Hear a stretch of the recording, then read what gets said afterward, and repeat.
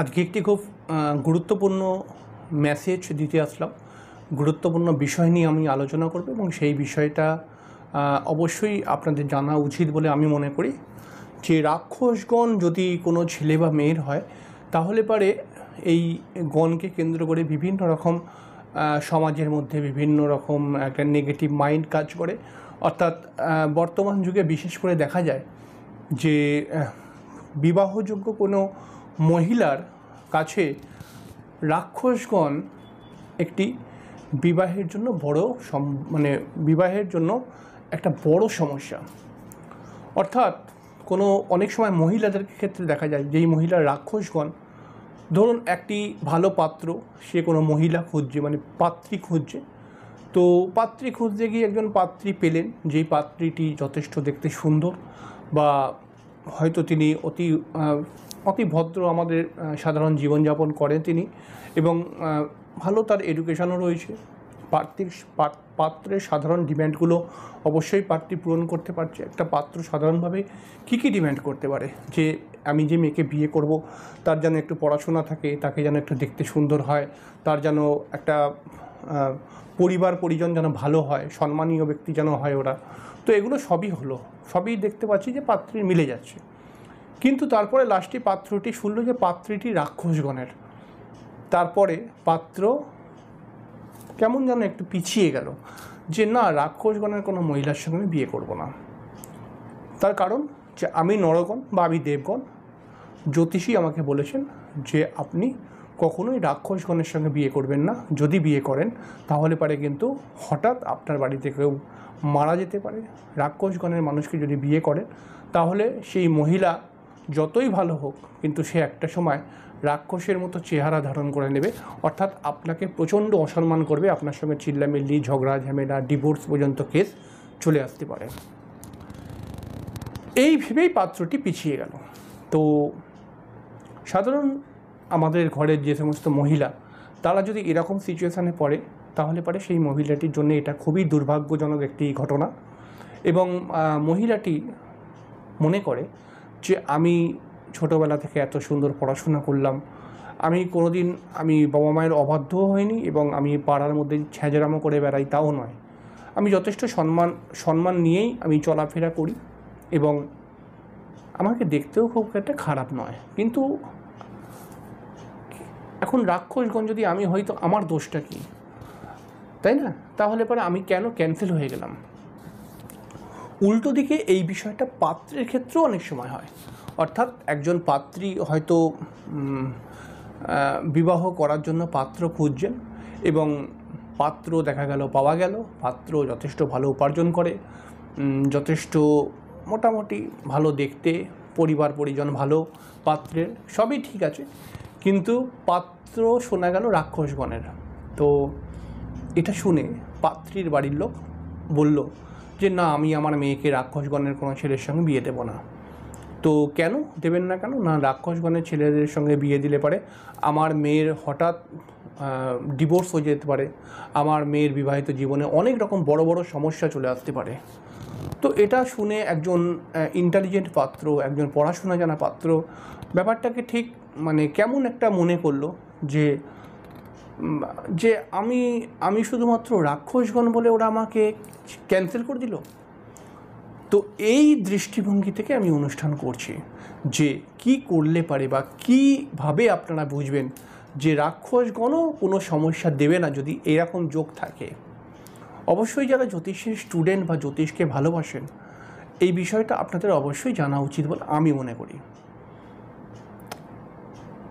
রাক্ষসগণ কি আদৌ কোনো প্রবলেম দেয় যদি এই প্রশ্নের মধ্যে আসা যায়? তা আমি বলবো কি যে হ্যাঁ, প্রবলেম দেয় কিছু কিছু ক্ষেত্রে। তবে রাক্ষসগণকে নিয়ে অনেক রকম কুসংস্কার কিন্তু মার্কেটের মধ্যে রয়েছে। যেমন বহু জ্যোতিষী বলে রাক্ষসগণের কোনো ছেলে বা মেয়েকে বিয়ে করলে পারে তার পার্টনারের মৃত্যু হয়ে যেতে পারে, তার পার্টনারের বাড়ির লোকের কোনো দুর্ঘটনা ঘটে যেতে পারে। রাক্ষসগণের কোনো মেয়ের সঙ্গে যদি বিয়ে করা হয় বা কোনো ছেলের সঙ্গে বিয়ে করা হয় তাহলে হঠাৎ বিবাহিত জীবনের ডিভোর্স, সেপারেশন ইত্যাদি ইত্যাদি চলে আসে। তো আমার মনে হয় এই ঘটনাগুলো সব ঠিকঠাক নয়। হয়তো কিছুটা সত্য আছে, কিন্তু সব ঠিকঠাক নয়। তার কারণ হচ্ছে আমি এরকম বহু মানুষকে চিনি যারা নরগণ রাক্ষসগণের মধ্যে বিয়ে হয়েছিল এবং বেশ বিয়েটা 5 বছর 10 বছর 15 বছর পর্যন্ত কেটে গেছে, তাদের জীবনের মধ্যে ডিভোর্সও আসেনি, তাদের জীবনের মধ্যে বড় দুর্ঘটনাও আসেনি এবং তারা খুব সুন্দর হ্যাপি লাইফ মেনটেন করছে।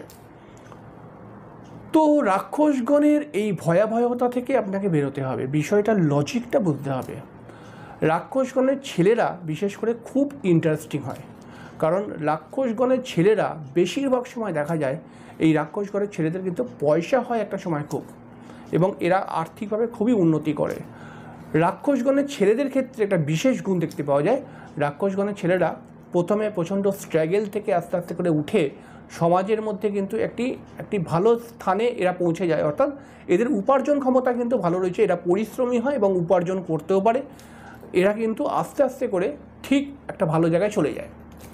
অপরদিকে রাক্ষসগণের মেয়েদের ক্ষেত্রেও আমি এই নিয়ে ভিডিও করেছিলাম, সেখানে বলেছি যে রাক্ষসগণের মেয়েরা অবশ্যই প্রচণ্ড প্রতিবাদী মাইন্ডেড হয়। রাক্ষসগণের মেয়েদের মধ্যে কিন্তু অবশ্যই নিজে কিছু করে দেখাবার একটা প্রবল ইচ্ছা থাকে। রাক্ষসগণের মেয়েদের মধ্যে কিন্তু সবার সঙ্গে অ্যাডজাস্ট করে চলার একটা ক্ষমতা কিন্তু থাকে। তাহলে এই যে গুণগুলো থাকে, এই গুণগুলো আমাদের সমাজের মধ্যে কিন্তু খুব ভাইটাল, কারণ এই গুণগুলোই সাধারণ ছেলে মেয়েদের মধ্যে দেখতে পাওয়া যাচ্ছে না এখন। তাই আমি বলবো যে যদি আপনি কোনো আপনার ধরুন পাত্রী আছে, আপনার মেয়ে আছে, তো আপনি ধরুন কোনো একটি পাত্র পেলেন যা রাক্ষসগণ, পাত্রটি যত অতি সুন্দর, দেখতেও কিছুটা ভালো, সে ভালো উপার্জনও করে, তার ভালো পড়াশোনাও আছে, সে ভালো পরিবারেরও বংশের ছেলে, তো এই রাক্ষসগণের একটা সামান্য ব্যাপারের জন্য আপনি পাত্রটাকে ক্যান্সেল করবেন না। হ্যাঁ, রাক্ষসগণের ছেলেরা মাঝে মধ্যে একটু ডিস্টার্ব হয়, তো সেই ডিস্টার্ব হওয়ার পেছনে বেশ কিছু রিজন ক্রিয়েট হয়। যেমন হচ্ছে আমরা জানি যে চন্দ্র যে নক্ষত্রে বসে থাকে সেই নক্ষত্র থেকে আমরা গণ নির্ধারণ করি, তাহলে গণের সঙ্গে কোথাও চন্দ্রের একটা সম্পর্ক কিন্তু রয়েছে। তাহলে জন্মছকের মধ্যে চন্দ্র যদি অত্যাধিক পীড়িত হয়ে যায়, অত্যাধিক খারাপ হয়ে যায়, তাহলে রাক্ষসগণের ছেলেদের মধ্যেও কিন্তু অনেক রকম প্রবলেম এসে যাবে, অনেক রকমের সমস্যা আসবে। তারা মাঝে মধ্যেই রাগারাগি করবে, উল্টোপাল্টা কথা বলে দেবে, সিরিয়াসনেস ব্যাপারটা কম থাকবে, এরা অন্যদিকে সিরিয়াস, গল্পগুজব করতে আড্ডা মারতে এরা খুব সিরিয়াস, নেশাপান করতেও কিছু কিছু সময় সিরিয়াস, কিন্তু কাজের কাজ করতে এরা ঠিক সেইভাবে সিরিয়াস হবে না। তাহলে পারে এই রাক্ষসগণের প্রবলেমটাকে কী করে ঠিক করব? রাক্ষসগণের প্রবলেমকে ঠিক করতে গেলে এই গণদোষ পরিহার বলে একটি আমাদের তন্ত্রশাস্ত্র অনুসারে একটি উপায় হয়, অর্থাৎ তন্ত্রশাস্ত্রের মধ্যে কিছু পুজো আচ্ছা, কিছু যাগযজ্ঞ করে এই গণদোষটাকে রিকভার করে দেওয়া হয়। যদি ধরুন আপনি একজন নরগণের পাত্রী এবং আপনি রাক্ষসগণের কোনো পুরুষকে আপনি বিয়ে করতে চান, সেখানে গণদোষকে সঠিক নিয়মে কাটিয়ে বিয়ে করতে পারেন।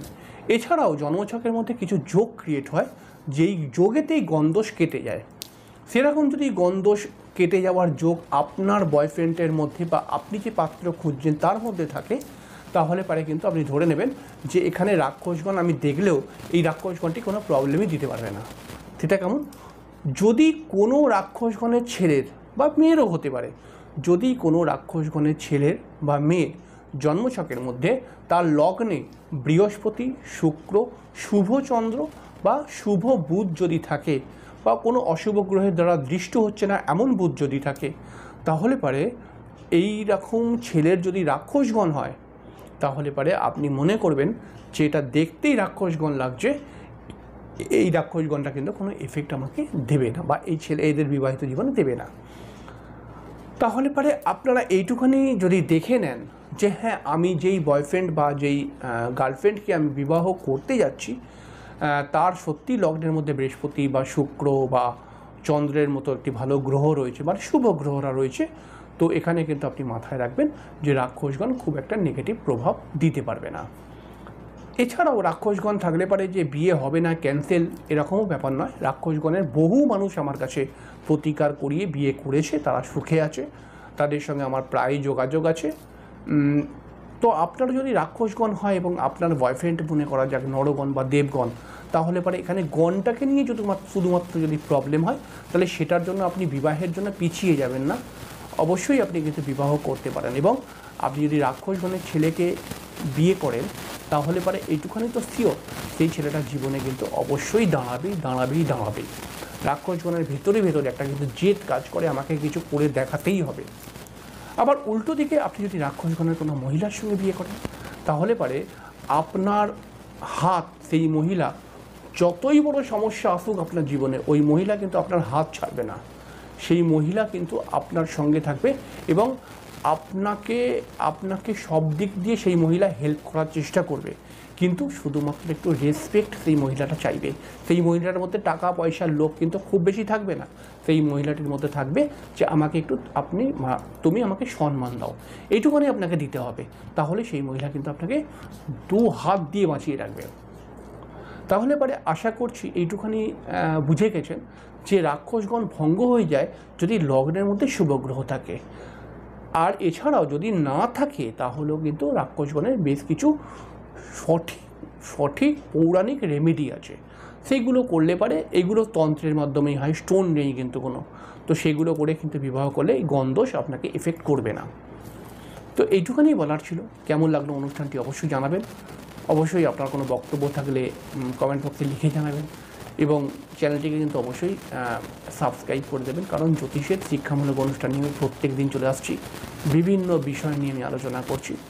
অবশ্যই অনুষ্ঠানটি ভালো লাগলে পারে একটি লাইক দেবেন। এখানে শেষ করছি, পরের দিন আবার একটি নতুন অনুষ্ঠান নিয়ে দেখা হবে। ততক্ষণের জন্য নমস্কার, ভালো থাকবেন।